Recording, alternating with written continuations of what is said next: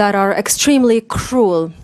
Our innocent Palestinian people is facing extreme aggression and hostilities by the military of Israel, which all are inconsistent and violate principles and provisions of the international law. They target without discrimination institutions, hospitals, schools, and centers for hosting surviving civilians that have survived the bombing of their houses.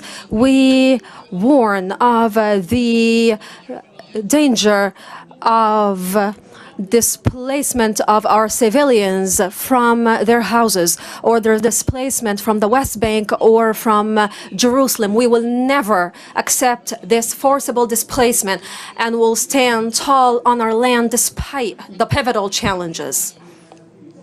From day one, we have asked for the stopping of this barbarous aggression right away and to open up humanitarian corridors to allow humanitarian and relief aid to get into the Gaza Strip. But of course, the government of Israel didn't allow that. And as well, we warn of the continuation of the assault and aggression of the Israeli military in Jerusalem and the West Bank, and the aggression of extremist groups on Christian and Muslim holy institutions.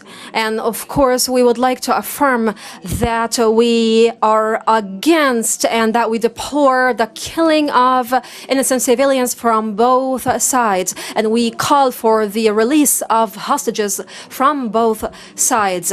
We as well call for endorsing legitimate and safe approaches in order to achieve national goals. These are the strategies and the policies of the state of Palestine and the liberation movement of Palestine, the only legitimate and the only representative of the Palestinian people.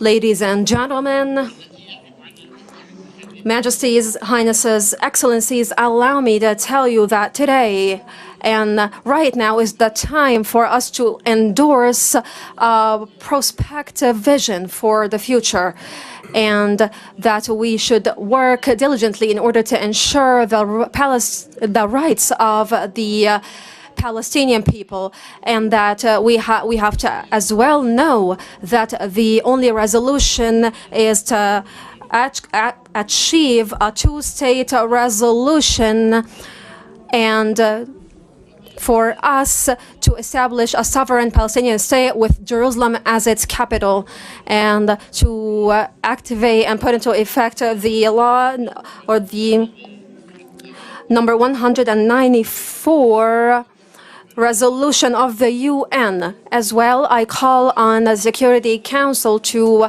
bear its responsibilities in protecting the Palestinian people and to grant Palestine its complete membership in the Security Council, and to acknowledge Palestine as a sovereign independent state, and to move towards the peace conference as a sovereign state, for Palestine to move towards the conference as a sovereign independent state. Thank you so much, Your Excellency President Abdel Fattah Sisi, for hosting this summit, and I thank all parties participating in this summit for peace. And of course, I would like to wholeheartedly thank whoever extends a hand of help to our innocent people. Ladies and gentlemen, we will never depart. We will never leave our land. We will never leave our land, and we'll stand tall on our land until the end. Thank you so much. To come together to share ideas on what needs to be done. We gather here united by our deep concern at the unprecedented conflict that has engulfed Gaza and Israel, and our distress at the depth and extent of human suffering. As South Africa, we hold the firm view that the attack on civilians in Israel and the ongoing siege of Gaza and the decision to forcibly move the people of Gaza, together with the indiscriminate and cruel use of force through bombing, destruction of infrastructure, that these are violations of international law. More than that, these attacks are an affront to our common humanity. We call for an immediate cessation of hostilities.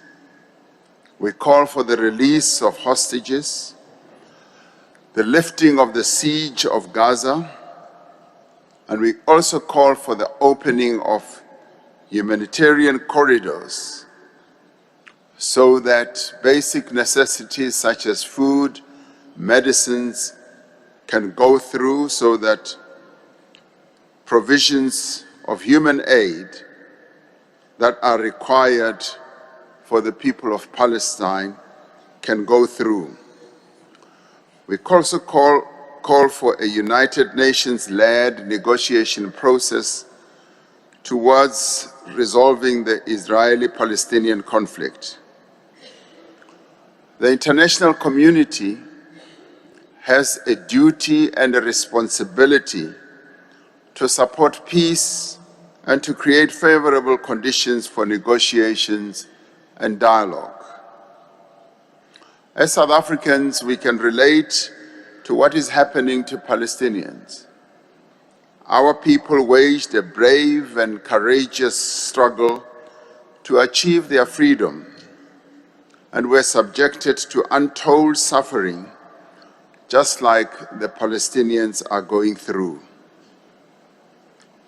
But we had courageous leaders who were able to set aside their differences and sued for peace, and were able to bring the abhorrible system of apartheid to an end.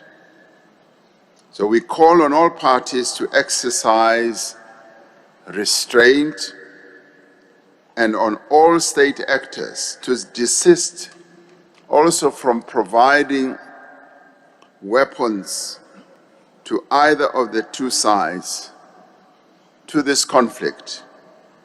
We are concerned that the response of the Israeli government to the attack on its citizens will further deepen a conflict that has engulfed the region for many decades and will make the attainment of a just and lasting peace even more difficult.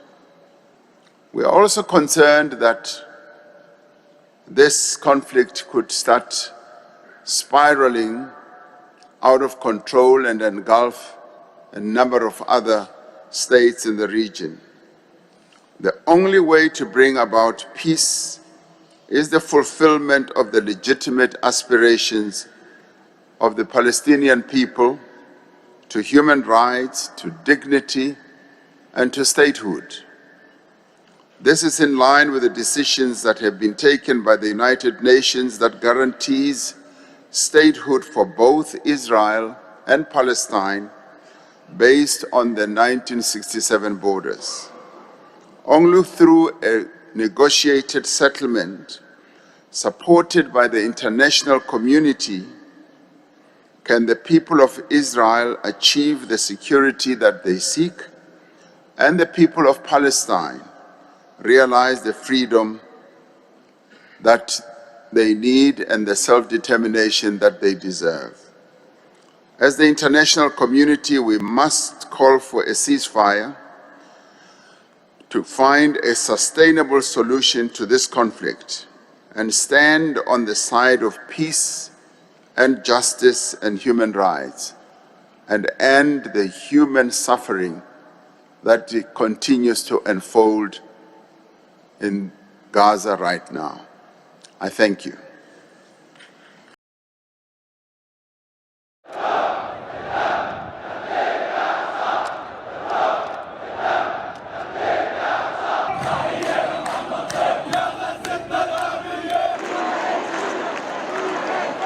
¡Que viva la lucha!